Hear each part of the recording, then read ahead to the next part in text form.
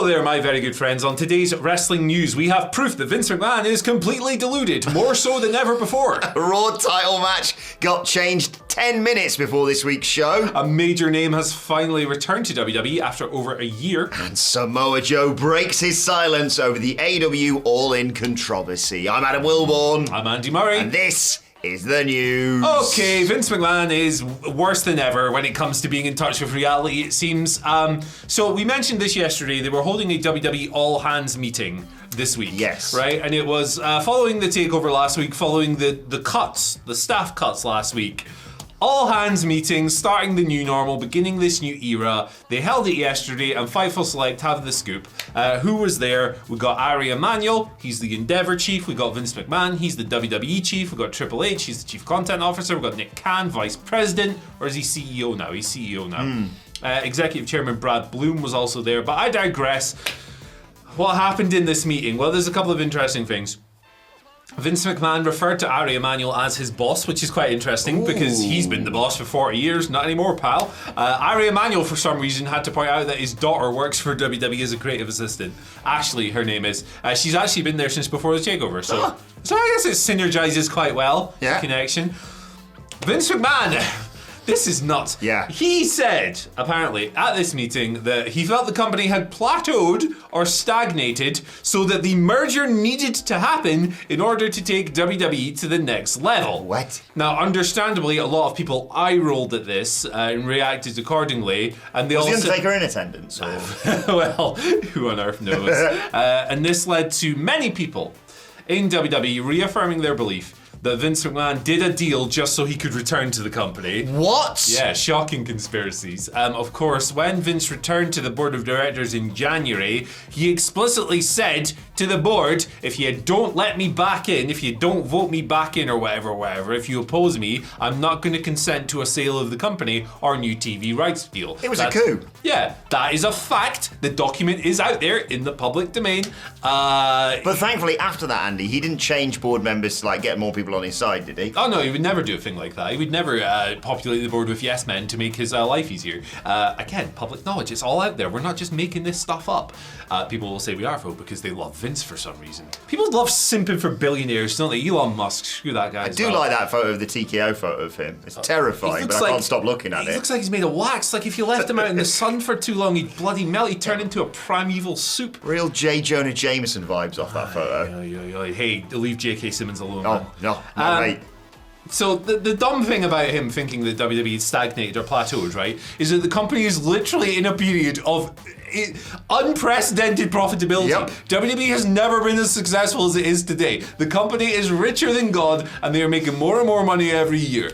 In addition, TV ratings, healthy place. Live attendances, really healthy place. Yeah. Other consumer metrics, really good. The company is doing really well at the moment. To say they have plateaued or stagnated is objectively incorrect, and Vince McMahon is a complete deluded nutjob if he thinks that anyone is going to believe that that was the reason he sold WWE, and not because it was an easy way for him and his weird mates to make a bunch of money for him to get a job. That's all it is. Do you think plateau is one of those words that Vince doesn't understand, like burrito?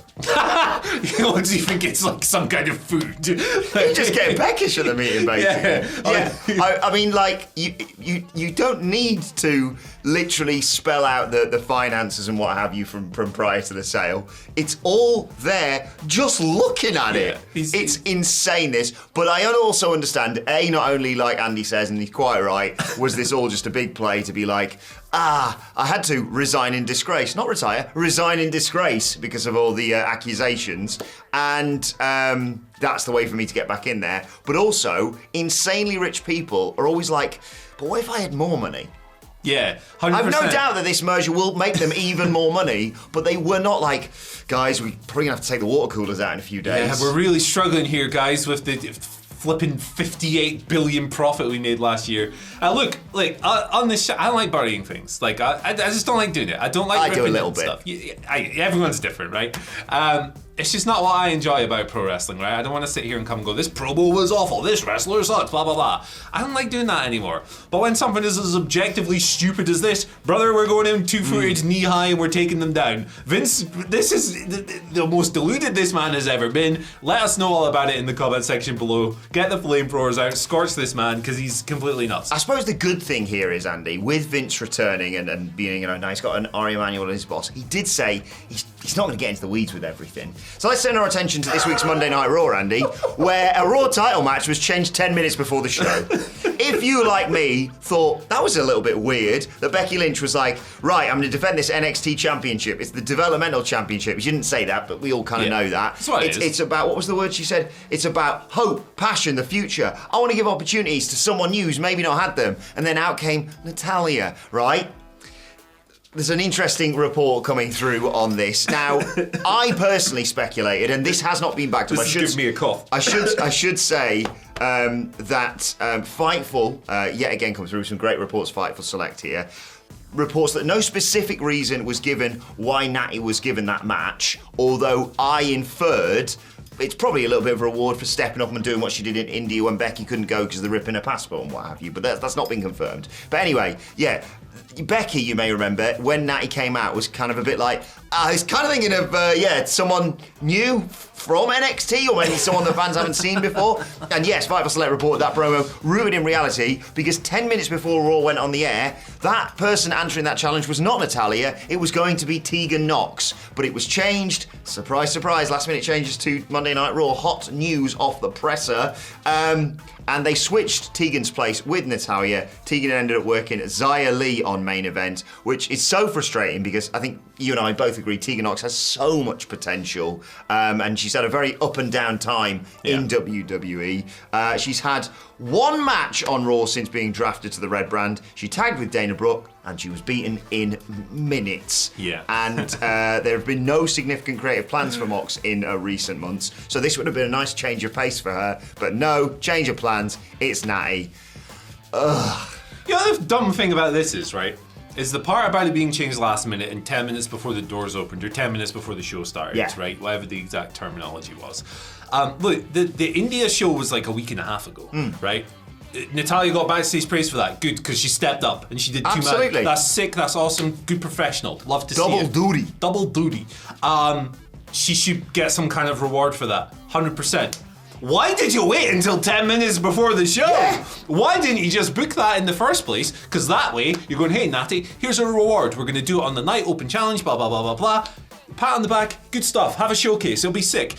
Why did you get Tegan Nox's hopes up after she's been off TV for so long and then pull the rug out 10 minutes before the I'm ranting today, man. But isn't she flip heel a while back as well? She just had like this ranty promo in the little box in the corner. You're like, what are you doing with Tegan Nox? It's all over the shop. I feel really sorry for Tegan in a lot of ways because over the years she has had horrendous injury problems. She got released, all that stuff, they brought her back and she's done precisely nothing since then. I think it's a real shame the way her wrestling career has gone because, look, she's still really young. I think she's still in her 20s.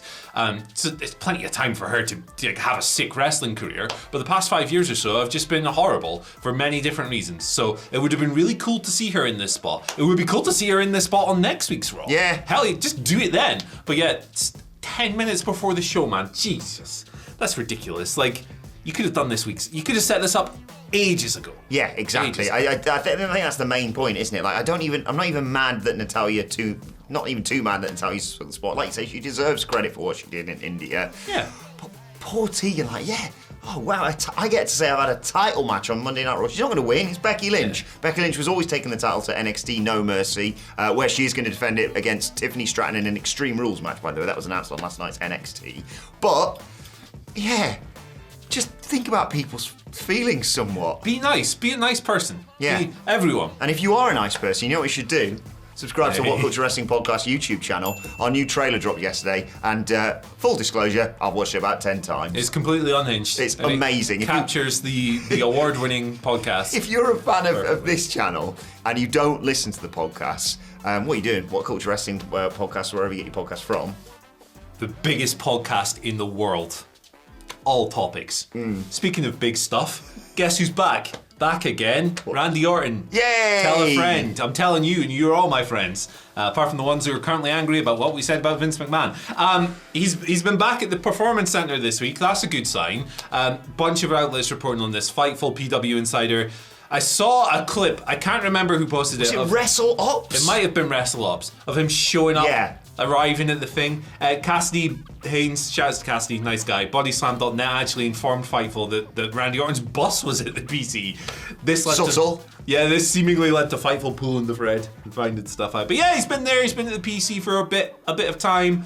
And as we know, WWE is very strict. If you want to come back from injury, you got to work out. You got to train. You got to do this stuff. He's never been that much in shape either, Randy. He needs to lose some of that puppy fat. He needs to buck his game up. He needs to take fitness advice from a man who's built like a flump. Like the Marshmallow crew over here. Andy H. Marshmallow. So yeah, Randy's been out since May last year. Horrible back. That long? Yeah, over a year, man. Horrible back problems. Yeah. He had fusion surgery. It's a long way back. Heard all the reports. We've heard his dad, Bob, saying, I don't think Randy's going to return. His doctors told him not to. We've heard similar reports about his doctor saying, you shouldn't wrestle again. Mm-hmm. But we've also heard that Randy really wants to do it again and come back and all of that stuff. And ultimately, it would be the choice of the company doctors, I guess, and him. You hope that if he is nearing a return, and there's no word that he is, by the way, that's not concrete yet. You'd hope that he takes steps stylistically to maybe protect the back.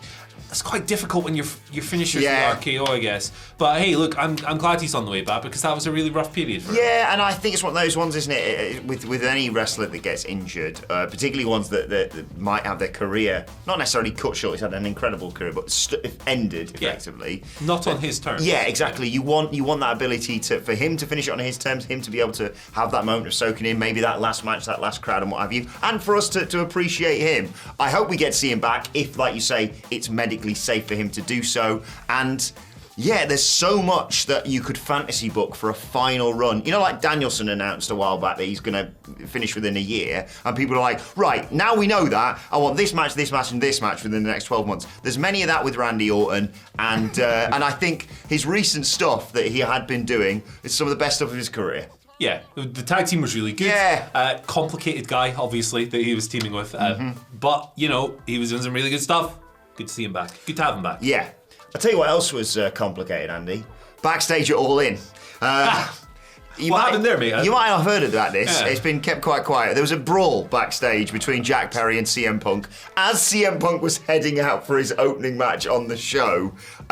Dave Meltzer has reported in a recent Wrestling Observer newsletter that Samoa Joe was a real leader in this situation. No surprise, what a top bloke Samoa Joe is. Lovely man. And in a new conversation with the New York Post, Joe has talked a little bit about it.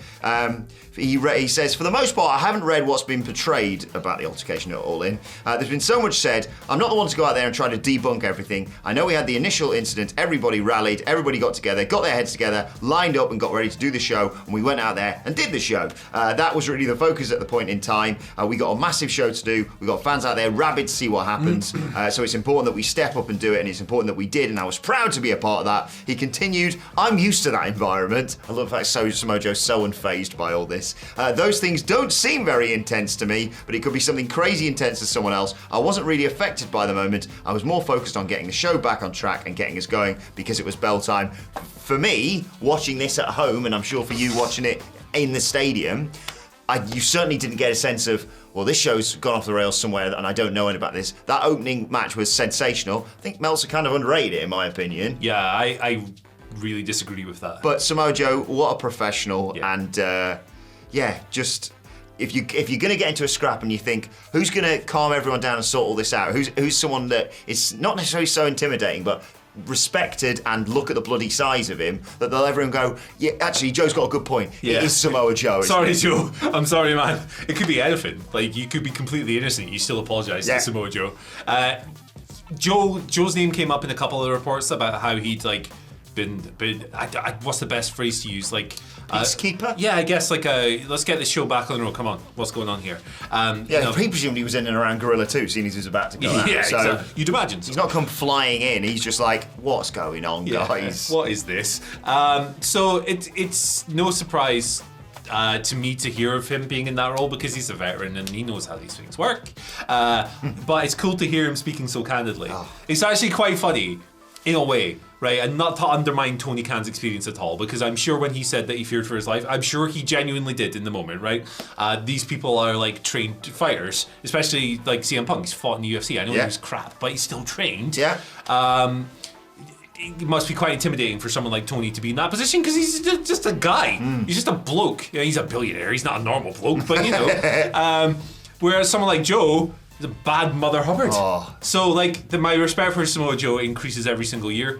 I think every single day, really. I think he's also creatively having one of the best years of his career in ages. Yeah. Like for me, this is his best. And look, the Brock Lesnar feud was amazing, but for me, this is his best year since he joined WWE. And look, he did some amazing stuff in WWE, but he's doing great stuff this year as the king of television. I will say that there was a part of his early AEW run, and I was like, you're not doing the stuff that I wanted you to do with Joe. And now he's just gone from strength to strength. For me, I think there's a strong chance he takes the title tonight. Fantasy booked it yesterday. Check out yesterday's video. Good stuff. I think. And he had a great role. Was it Twisted Metal he was in?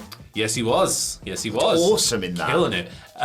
Like it started last year when they programmed him with Darby Allin. Yes. It's continued through his Ring of Honor TV title run. The Punk matches were great. The Wembley one was my favourite match on that show, and that show ruled. Yeah. Samoa Joe kicks ass. Much love to him. We got an interview with him on the channel, by the way. Check it out. Yeah, he was lovely to chat to. Simon Miller caught up with him backstage at Wale Mania. Right, let's move on to your questions taken today from the YouTube community page. If you're subscribed to the channel, just go along to the community bit, and we post polls on what you think of that night's wrestling show. We'll be using that thread for the rest of the week, so if you have a question you would like tomorrow or Friday, jump in there. You might have to scroll down one or two options, but it's right there, community page. First question today comes from Betley Island 36. With Kairi Sane set to return to the WWE in the near future, would you have her reunite the Kabuki Warriors with Asuka, reunite her team with Io Sky, or challenge Io for the women's title? Rhea Ripley. That's my answer. Rhea Ripley. It's the perfect domineering, like, controlling general of the ring. Rhea Ripley, that's her style, powerhouse, all that stuff. Presence, villain. I know she's kind of like really popular because she's awesome. But, you know, she's a great heel. And Kairi is the ultimate selling babyface, sympathetic party. An elbow drop. There's the perfect combination of wrestlers, and they should do that. It's good. It's not right. It's Nia Jax. That's what She probably still has flashbacks about that. Story's right there, innit? That's crazy. I mean, I wouldn't rule it out WWE booking those two together, but I'm very excited to have Kairi Sane back in WWE. I just love, she just makes the elbow drop seem, despite how, I'm sure if I took it from her, I'd be limping for days, but she's quite a slight figure, but she puts everything into it, doesn't she? Absolutely. Jess Payant 1667. I thought you were going to say 666. Ooh. Number of the beast, baby. You're in a bar fight, Andy. Picture the scene. I'm always in bar fights, man. Are you ever staring down the team of Stan Hansen and Haku? Oh, Jesus, Fenton. Well, you are in this one. Who do you want as your partner? Oh, my God. Well, if I'm facing two hard guys, I need two other hard guys. Okay. Right? Vader. I mean, look, if anyone can stand up to Stan Hansen, I mean, his eyeball might get popped out again. But yes, Vader. Rest in peace, obviously. Yeah, but I assume we're talking about these people in their prime. Yeah. But I don't really think I need the backup because I'm so tough myself. But my other option is just really obvious. Like, you think of the hardest people in wrestling, the toughest backstage brawlers, like nobody messed with these people. Sin Cara. It's the original Sin Cara. I've got a hurty finger. Can we stop the match? Not the original Sin Cara, Hanako. Yeah. Because you look at, right, you might laugh. Look at the backs. This man beat up Sheamus twice. Sheamus is massive. He beat up Chris Jericho. He threw a Coke can at Simon Gotch's face. He's a loose cannon. He's on my team. I'm conflicted with this one. I've got a few options, right? Brawl. Well, I'm having CM Punk, obviously. Okay. Yeah. If Larry. not that, I'm having Simon Miller to try and talk him down, and because of his history with Haku and fights. Yeah. That close on WrestleMania weekend, right? We almost lost him. Or Marco Stunt. Because they're in a bar fight, right? You may get surprised to hear this, but I don't get in many bar fights, and if I did, I'd get my ass handed to me. So you're Marco Stunt. Suddenly, Stan Hansen and Haku are walking towards us. I go, bloody hell, Marco, we've got this. Then I just throw him out, and hopefully that'll slow him down enough time for me to run away. Because that's what I do in that situation. I got another one for you. Ace Steel. I mean, like, dogs are really scary, so get him in. Yeah, Larry. That's Larry. what I'm having. Oh, but leave Larry alone. Oh, yeah. Poor Larry. Final question today comes from Josh B2167. Right, good morning, legends. Morning, Josh Brown. I live in Nashville, and while I was getting lunch yesterday, Seamus walked past me with a smoothie. He's probably only 6'3", jacked Snow White Irishman with spiked orange hair in Tennessee, so it was easy to spot. What are your best stories of seeing wrestlers in the wild? All right, so I've got a really good one about a certain New Japan wrestler losing all his friends and going for a takeaway that I will save for a future Chatty Faces and Heels video. It's great, that. It's Michael Hamflett's story as well, but it's fantastic. My favourite, personally, because I love this man and his demented legacy, Atsushi Onita, Japanese deathmatch legend. We were in New York for WrestleMania 35. There was a situation where I had to just walk a few blocks across the city and give you an SD card to film some content, because the ones you had were corrupted or something like that. So I'm walking through the city. I'm listening to bloody Illmatic because I'm in New York. You got to listen to Nas. Walking down the street, approaching the hotel where WrestleCon is held. Who do I see with a raggedy ass leather jacket, which is his trademark, and the blue and white ring gear? Who's in his gear and a t-shirt and a jacket? Flipping walking right up to me. It's Atsushi Onita. Amazing. Guy's like 60 or whatever. He's broken down. He's so thrashed from years of deathmatch stuff. He's like hunched over this woman who's like helping him get down the street. She was like carrying most of his weight because this guy's broken and he's like walking along and he's muttering to himself.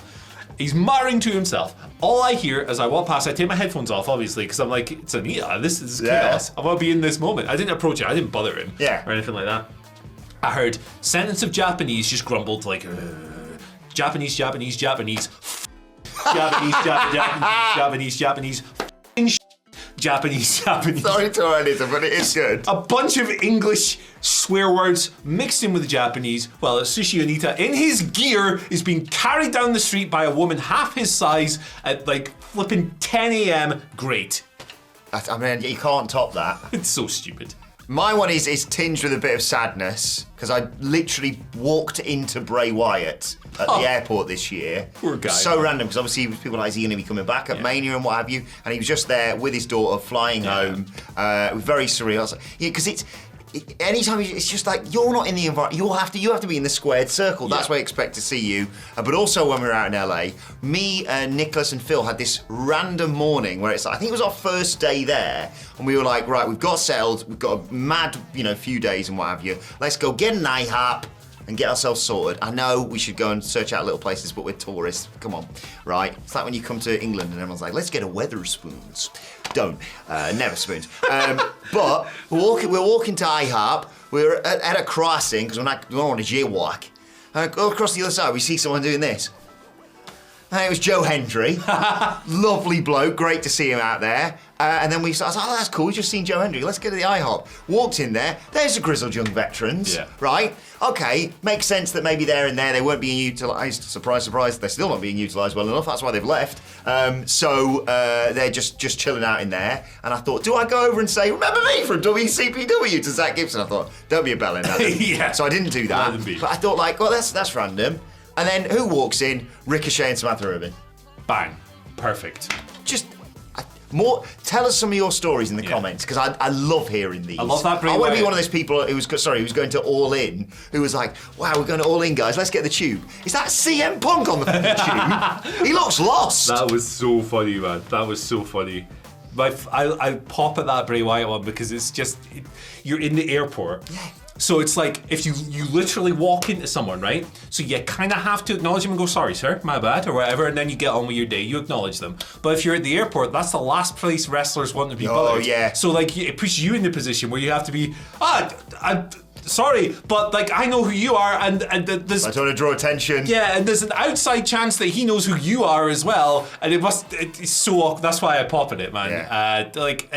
It's a sad situation with that man, and everything that's happened, and I hope his family and friends are doing okay. But yeah, let us know your favorite stories about meeting wrestlers and stuff, and weird ones down below. Hey, and check out this video. Yeah, and we'll see you tomorrow.